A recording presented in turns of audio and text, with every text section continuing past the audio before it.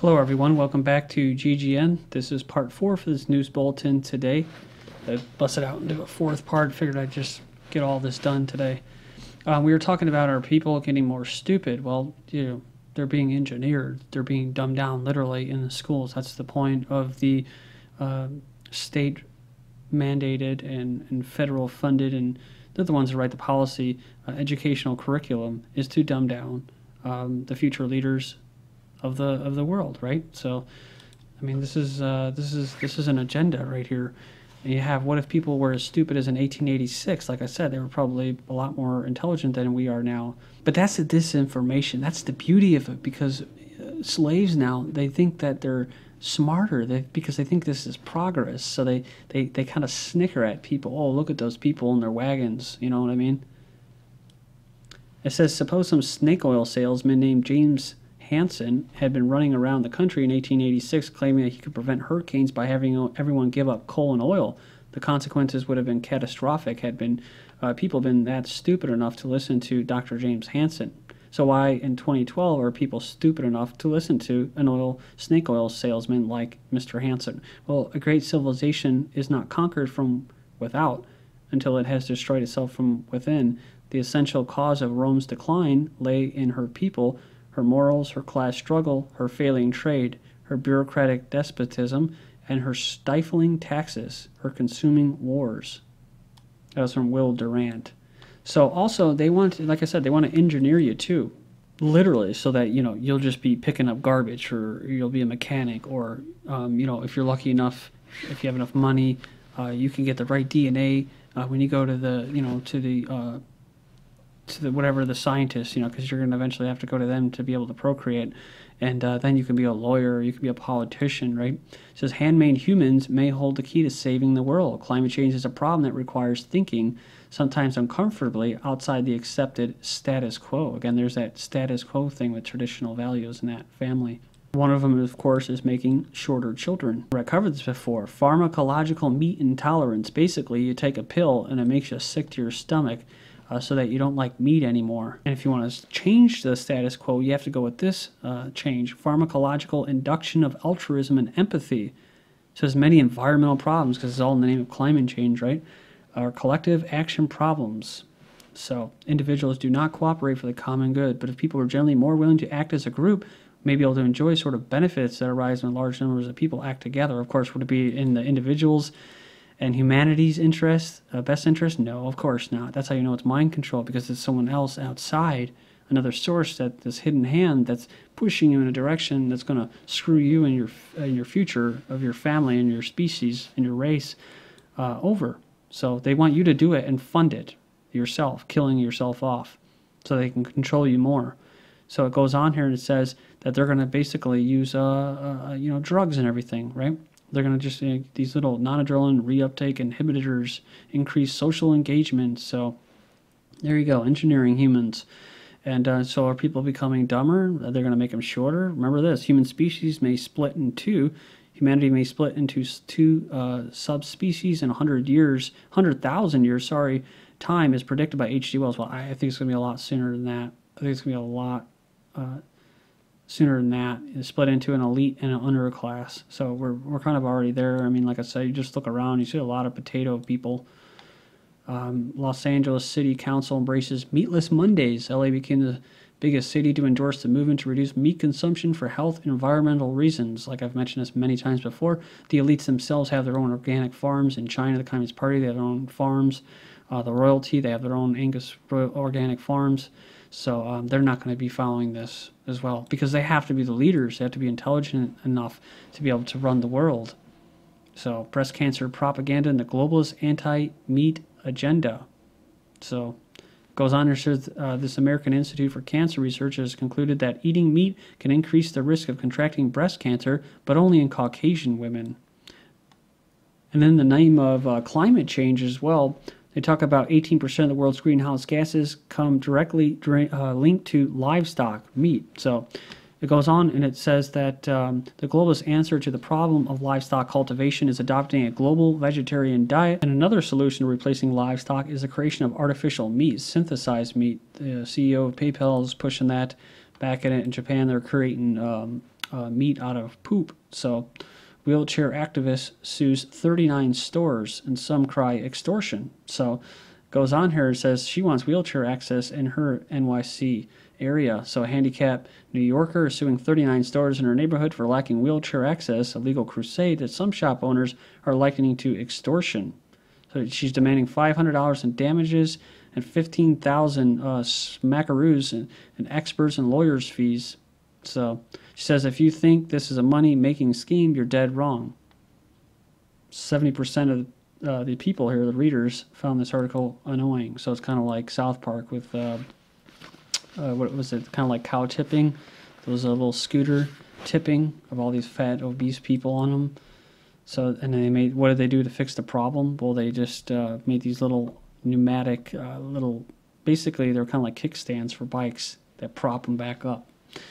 Vegetative patient communicates with scientists. So a Canadian man who's believed to have been in a vegetative state for more than a decade has been able to tell scientists that he is not in any pain. So pretty interesting. It says here that it was asked questions while having his brain activity scanned by this fMRI machine. His doctor says the discovery means medical textbooks will need rewriting. So I wonder if he was like, no, I just fucking, this sucks. Just pull the plug. But it reminds you of what? The Menagerie, basically the Star Trek episode, right? It was all based off the premise that this Christopher Pike wasn't able to speak. It says it uses a wheelchair operated by brain waves. He cannot speak and only communicates with a flashing light. 1 means yes and 2 means no. World War Z, didn't even hear about this. I guess it has Brad Pitt in there, but everybody's saying that this movie kind of sucked, and they spent too much money on a big actor like Brad Pitt. It says a UN employee is racing against time and fate as he travels the world trying to stop the outbreak of deadly zombie pandemic. So they're really pushing this. I wouldn't be surprised if there really is going to be some kind of a virus or something like that. It would be a combination of aerosols, microwaves, whether possibly food, vaccinations, something in the water supply to create this type of zombie symptom. So, and I'm not sure if I'm going to butcher this word, but deceptive doctors trick Sharon Osbourne into having double mastectomy due to bad breast cancer genes. So one of the last things any woman would want to hear is that she may be carrying a gene that commonly leads to breast cancer, but is just the possibility of developing such a cancer worth having both of them removed. Yeah, that's what they've been pushing.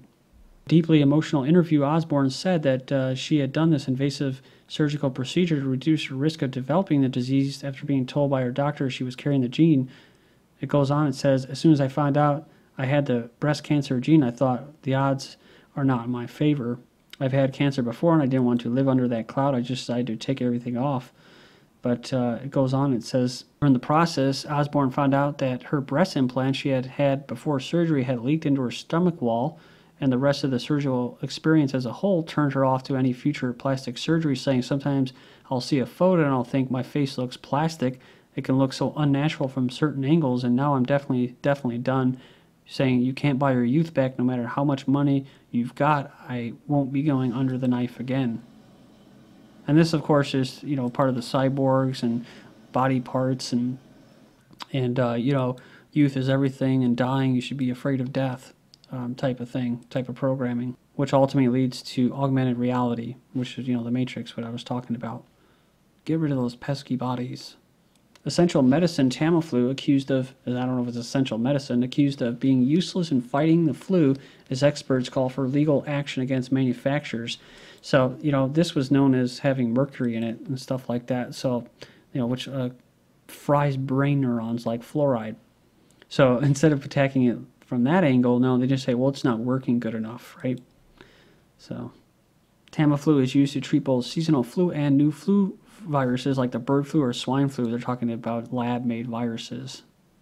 Then we have Health Canada lifts hold on Novartis flu shots or vaccines. Health Canada has lifted its hold on these flu vaccines, saying they are safe to use. So it goes on here. It says they bought the vaccines for this year's flu shot campaigns and now resume the use of the products.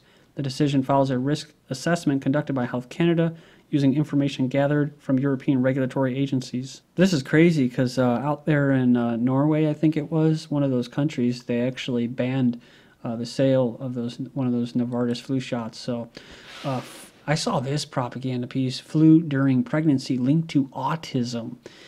Unbelievable. The just, like I said, the naivety that people have, dude, if they actually believe this stuff. Saying that studies does not suggest that high fever or flu causes autism. Many experts said the correlation reinforces recommendations that all pregnant women should get their flu shot, get their dose of eugenics. So there's no proof, but they're saying that during pregnancy they were at least twice as likely to have a child with autism. So it's the flu shots that are probably causing the autism. So they're saying, no, you need to get a flu shot to avoid autism. I mean, dude, you could make this up. And next up, all Brit babies to get rotavirus vaccine. So all infants age 4 months in Britain are to be offered 2 doses of this rotavirus eugenics dose beginning next year. So basically it has to do with diarrhea, so they'll have vaccines for anything. Pepsi's latest fat-blocking soda, at least it claims. So it goes on, it says that you can get skinny by drinking Pepsi. Well, it goes on and it says that it goes on sale. It contains dextrin, a fiber that supposedly helps to reduce fat levels. So, pretty interesting. And then remember this, researchers work on belly fat vaccine. Could a simple injection help you lose belly fat? So, that's called genetically modified guts, right? All this food in there, it just doesn't break down or anything. But now they're going to have a vaccine that can actually help you lose belly fat. Marlboro making vaccines in tobacco, or out of tobacco. So it goes on here and it says that they're working on producing flu vaccines made from a type of tobacco plant as part of a move to diversify. So a quick side point, most of the people in the generation, especially younger people, they have, and the older people, to hang on to that old mind control program that they have in them, that paradigm, it shakes them once they start to break out of it. And so they need to hang on to it. And talk about people being naive or stupid. Well, a lot of it too is they have an incentive to not to go and start thinking independently and critically, because if they do, they'll be considered sick. You're very, very sick. Scientists are now saying that creativity is part of a mental illness. That's right, creativity. But remember this, how teenage rebellion has become a mental illness, saying that not complying with authority is now in many cases labeled a disease. So it's not just teens, it's everybody, grown adults. Because remember, the way these social engineers treat people are like children, right? That's why they don't want you to think. Let them do the thinking for you. That's why cops, like the babysitters, treat you like children. We have this transgender surgery covered by growing number of U.S. companies. So yeah, it's pretty interesting. More companies are funding these transgender surgeries. You have this sex change surgery for prison inmate granted by judge. This was September 2012.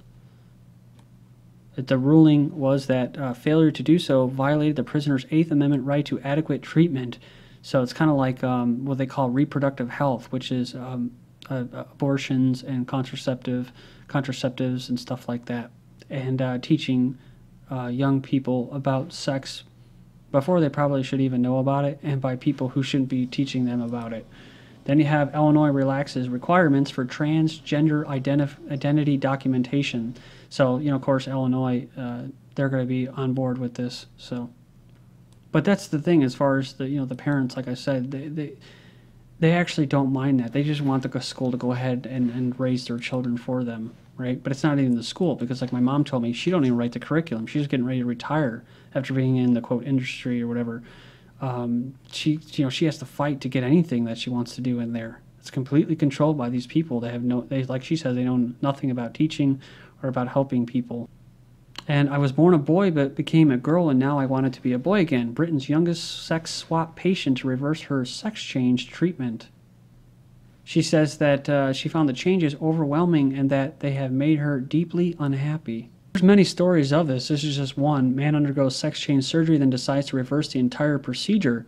It goes on and he says that it should be sex reassignment surgery should be outlawed, and he says that he calls everyone who is transgender delusional. Interesting. He's a British billionaire. His name's Charles Kane, like Charles Foster Kane of the movie Citizen Kane. He said he hated how the hormones made him moody and emotional. He said no matter how feminine he looked, he felt like he was playing a role. Thank you.